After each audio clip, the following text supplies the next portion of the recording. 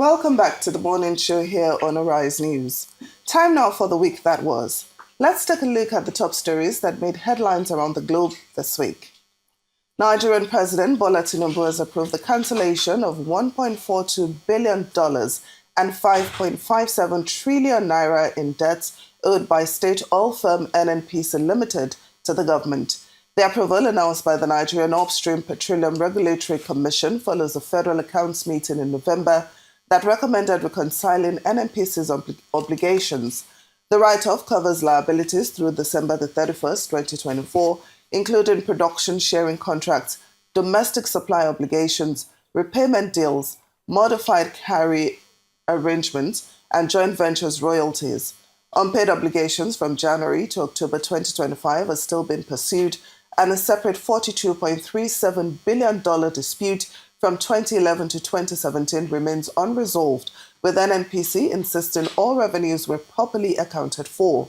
The move aims to clean up NNPC's books, boost transparency, and align fiscal ties between the state oil company and a government reliant on crude revenue. Well, Steve, it's so interesting considering the amount of profit that the NNPC declared during the Buhari years. So this makes one wonder why there's actually a need for debt forgiveness. Well, I mean, it's one decision of the president or of the federal government, shall we say, that's a bit confounding. You'll be thinking that with all the reforms, particularly within the oil sector, and the rejigging of the NNPC, that what we should be hearing is that NNPC is now on a sure footing, and that things will not be like before. So it's a bit startling, given the numbers that are involved. But of course, the second look for it will be if you now carefully dissect the reasons given by the federal government through the NUPRC, that this is not something that started yesterday or day before yesterday. Many of the figures in question, more than 5 trillion in naira, more than 1.42 billion in dollars.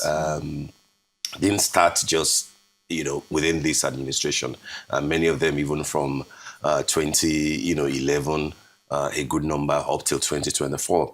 And of course, that in finance and public finance, there's something about, clearing and cleaning, your books. Maybe the thinking of the federal government is, let's move on, Well, can we really move on without accountability? Ideally, we wouldn't be able to move on. But then it looks to me like this is what the federal government is basically doing. If there is a bad debt, as you will record in banks, sometimes you have to lose a little in order to gain a better future. I'm not sure that sort of sentiment should apply to an entity like NNPC, which is now a publicly a limited liability company. I'm not sure if that is the right thing to do.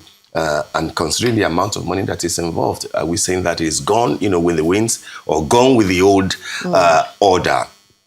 If we have to take it as it is, maybe this will mean that a lot of Nigerians will say, let's hope that this sort of a thing will not happen again. Well, we keep hoping. I mean, that's one thing we do as Nigerians. We hope a lot, but we hardly ever, take the necessary action that we are supposed to take.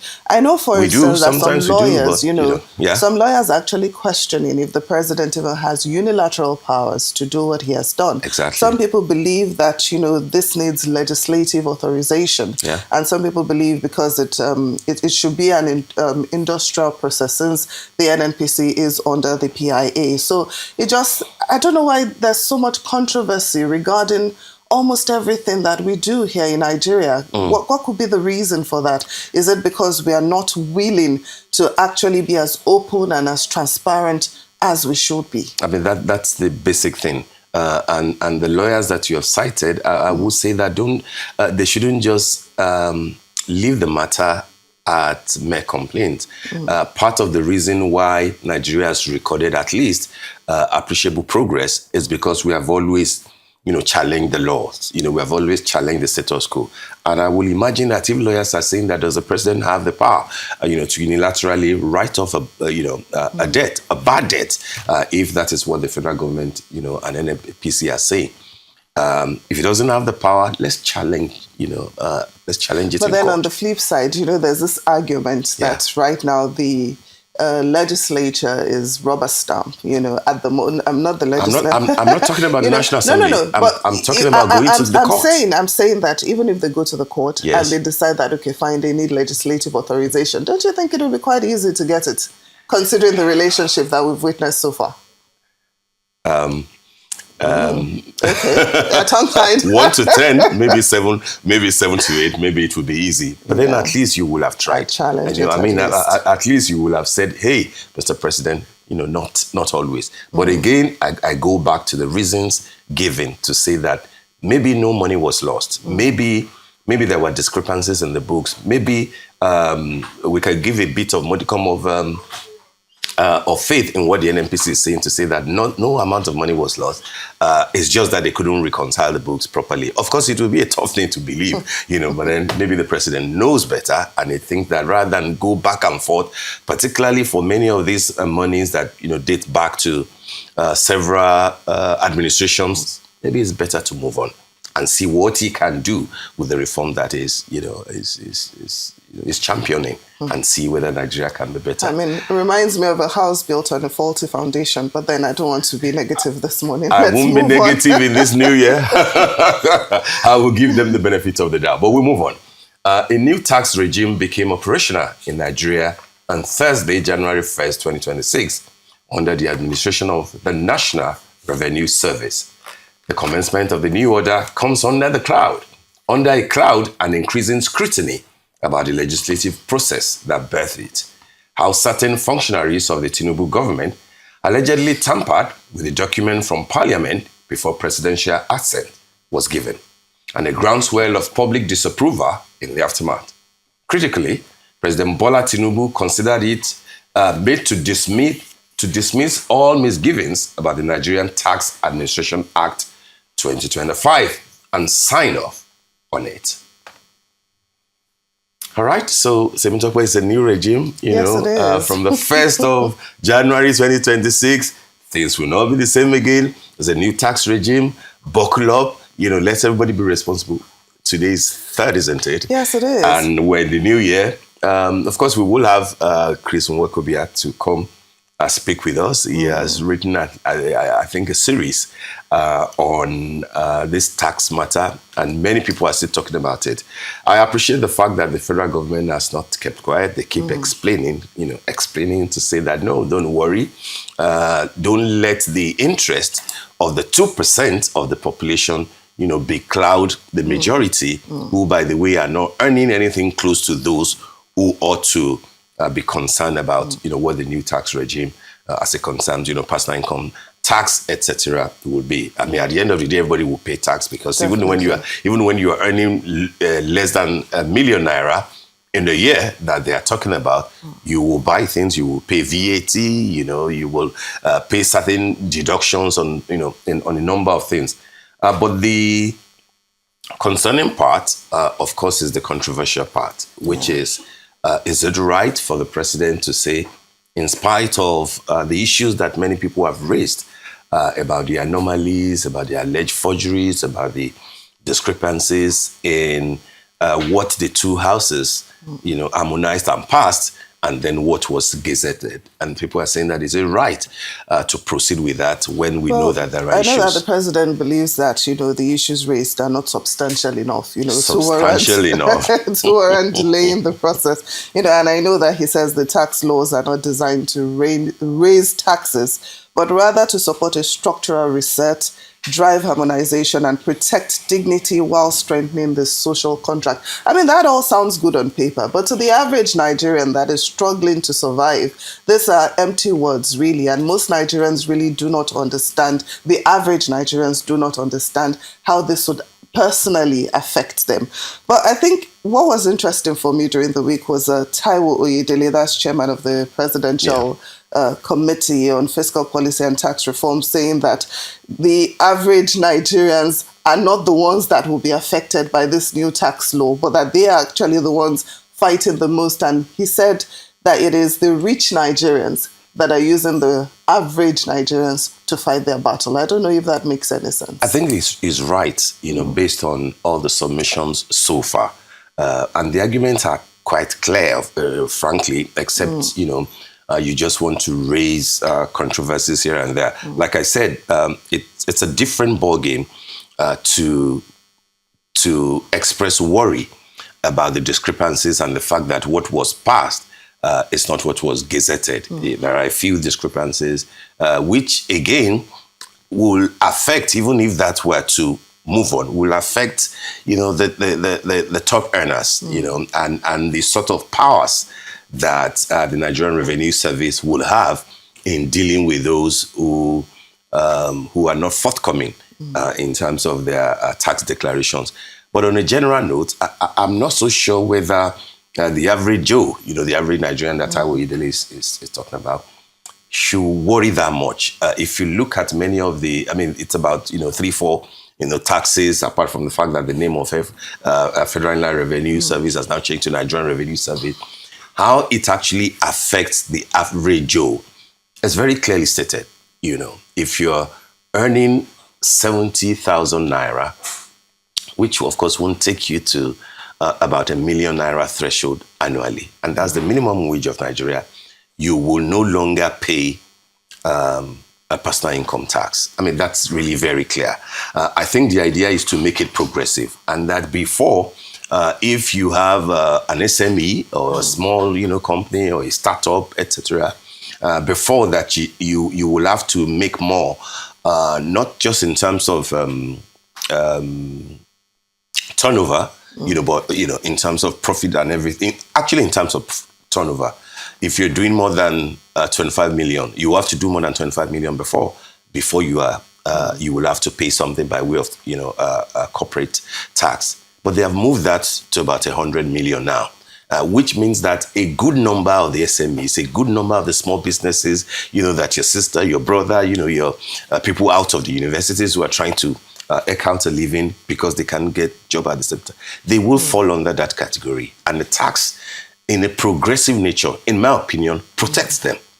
You will have to, as an individual, earn more than from 2 million naira monthly before you now begin to pay about 25% of your income as personal income tax, which will be very progressive, because at the end of the day, it is the person earning 2 million a month that is also subsidizing the average Joe earning between 70 and 85,000. Steve, I get your point, and it would be if well implemented. But you do know that there's this huge distrust between the governed and there's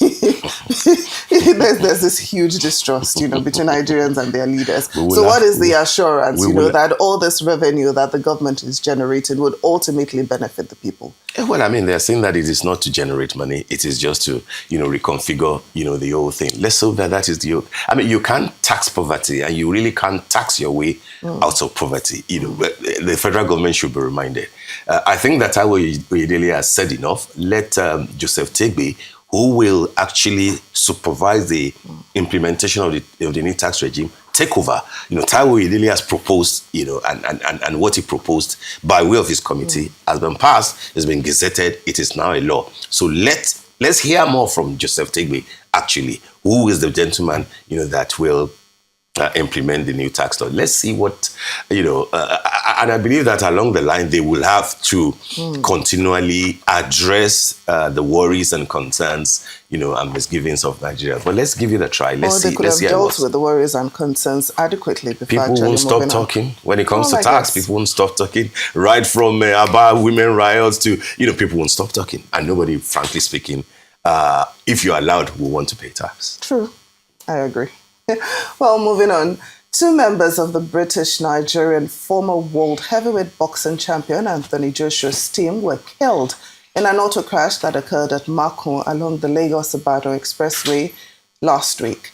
Joshua survived the accident, which occurred after the vehicle conveying them ran into a stationary truck Traffic officials said he was in a stable condition at a medical facility in Lagos, from where he has been released, having been confirmed fit to commence recuperation at home. Arise News chief correspondent Tokunbo Yetunji was at the scene of the accident, where he spoke with eyewitnesses. By the time we arrive at the scene late Monday afternoon, the site has been cleared and the vehicles involved evacuated, but the shock and disbelief haven't gone away. This is the scene of the fatal auto crash involving heavyweight boxer Anthony Joshua, who was traveling alongside members of his entourage from Lagos down to Shagamu, just a few kilometers away from here, before the sport utility vehicle he was traveling in ran into a stationary truck parked here. Unfortunately, 2 members of his entourage lost their lives in that accident, and Anthony Joshua sustained what officials have described as a minor injury and is receiving medical attention at an undisclosed hospital. A fatal one it is that threw the entire area into panic for the better part of the day. We meet with some officials of the Ogun State Road Traffic Management Agency and some police personnel who confirmed to us off camera that investigation has been launched. Initial findings, according to different statements from the authorities, however, point to overspeeding and wrongful overtaking as the cause of the crash. That is just the cause of what has happened, which obviously was preventable. All we saw was that those people were dead when they got there, so people took them to the morgue. Sadiq Oloyede, a young welder in the Makun area where the accident occurred, is an eyewitness that captured some of the scenes on his mobile phone. He shows the pictures to me, some just too gory to be shown publicly. He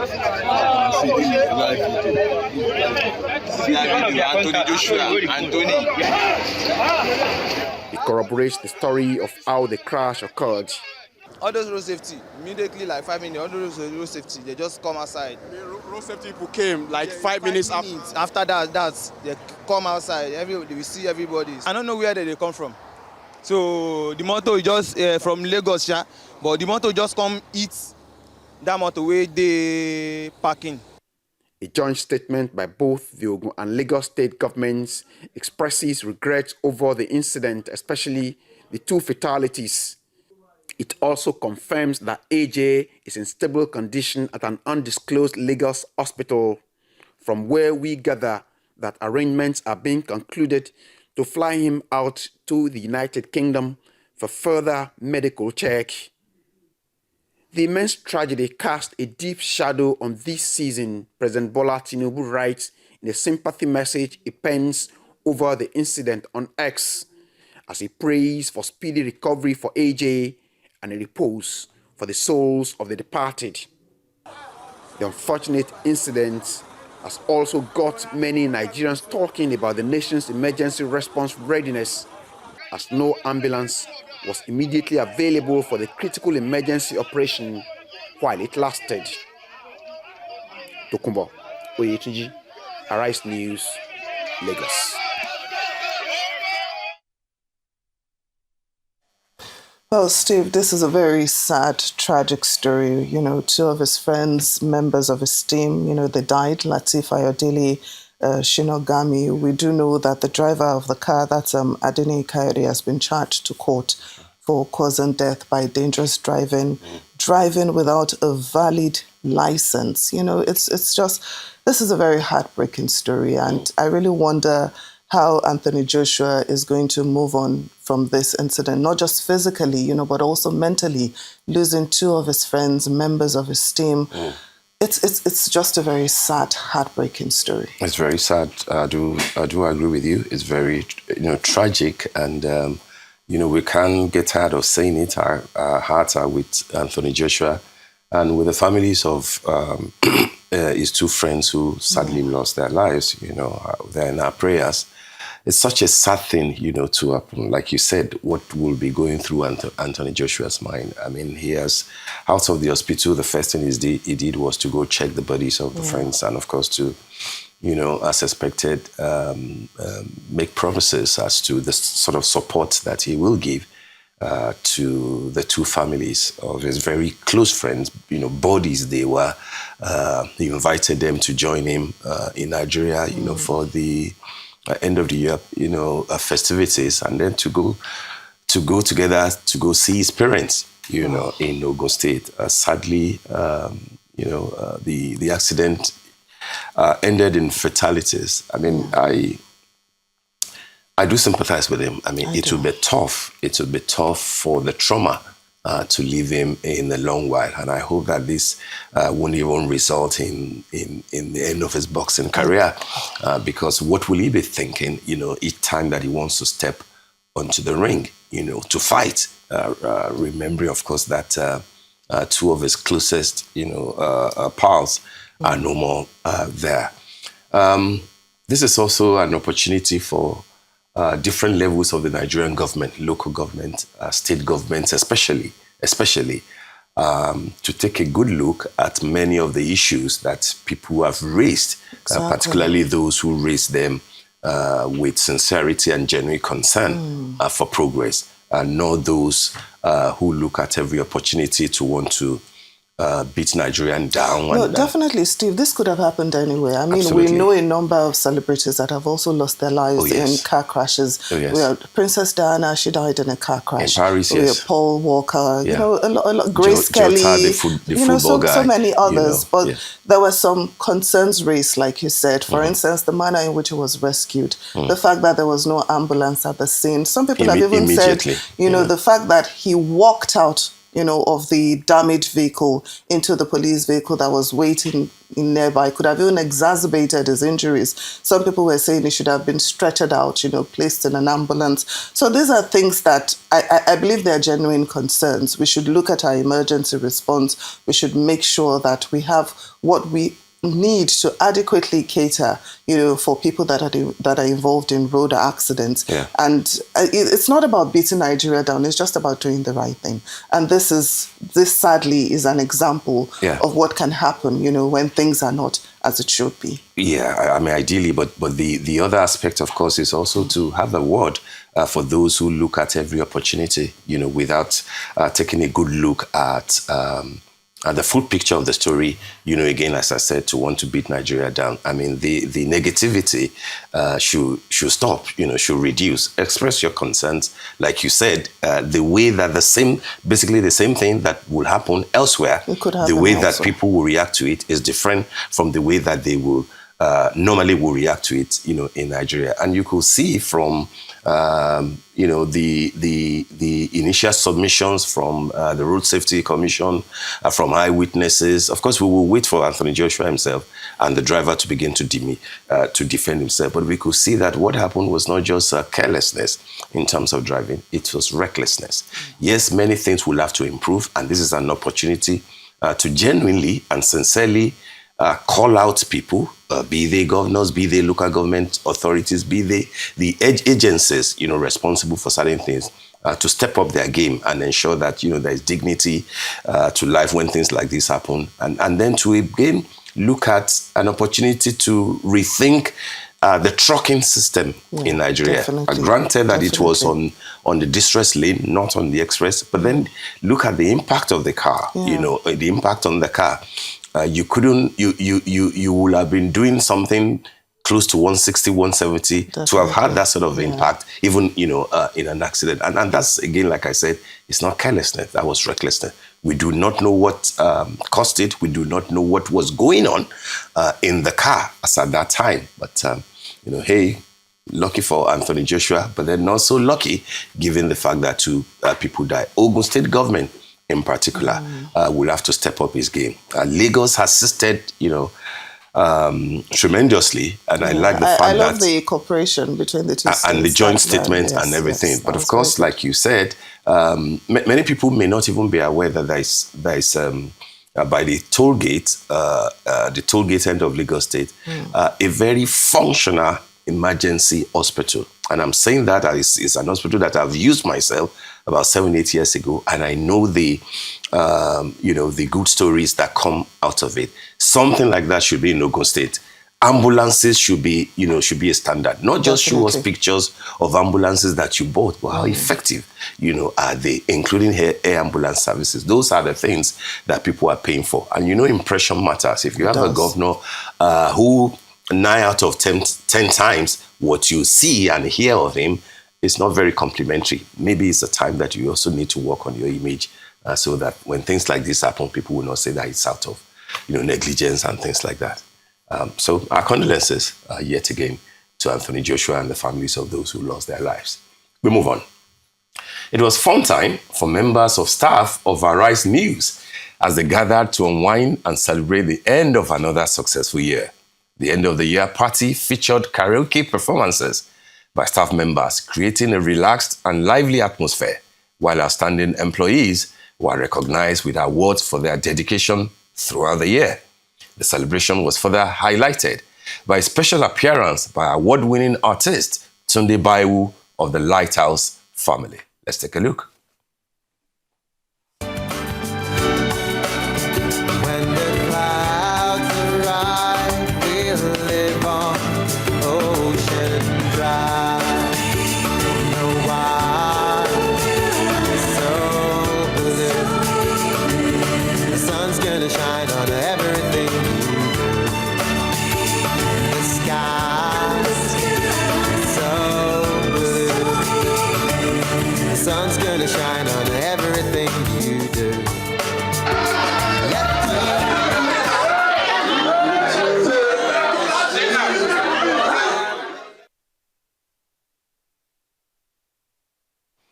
That was beautiful, wasn't it? Yeah, definitely. That was Friday, Boxing Day, Friday the 26th. Sadly, a few of us missed that. A few of us missed it, but it's always so good. We work so hard throughout the year. We are here almost every day, public holidays. Yeah, so, just taking time off to relax, to unwind, is always a good thing. And of course, the guest appearance by Tunde Baiwu of Lighthouse family. Absolutely. That was really nice. We have to shout out to our Deputy Director of News, Ohi Odia. He's always rallying. He knows how to get these things done. At the end of every year, he's very particular about it. After a year of hard work, it's an important thing to do. Corporate organizations do that. Take time out. Let staff members have fun. Engage, network, particularly at the end of the year. It's part of the Dirty December, the Arise way. And that was quite beautiful. And hopefully 2026 will be bigger and better. Absolutely. We look forward to it. Absolutely. Maybe with some additional big ups in the take home, isn't it? That won't be a bad idea. I'm sure the chairman is listening. Moving on. As the clock struck midnight across time zones, millions welcomed 2026 with spectacular firework displays. From the South Pacific to the Americas, cities celebrated with both joy and somber tributes. Sydney led the celebrations with a powerful tribute to victims of the December 14th terror attack at Bondi Beach that killed 15 people during a Hanukkah celebration. Here in Nigeria, the arrival of the new year was marked in different ways, some loudly and others much less so. But everywhere, there was a shared sense of arrival. Residents of the Federal Capital Territory, Abuja, welcomed 2026 with great expectations and optimism, believing it will usher in good governance, peace, security, and economic stability. Arise correspondent Friday Oloko captured some of them in their joyous moods.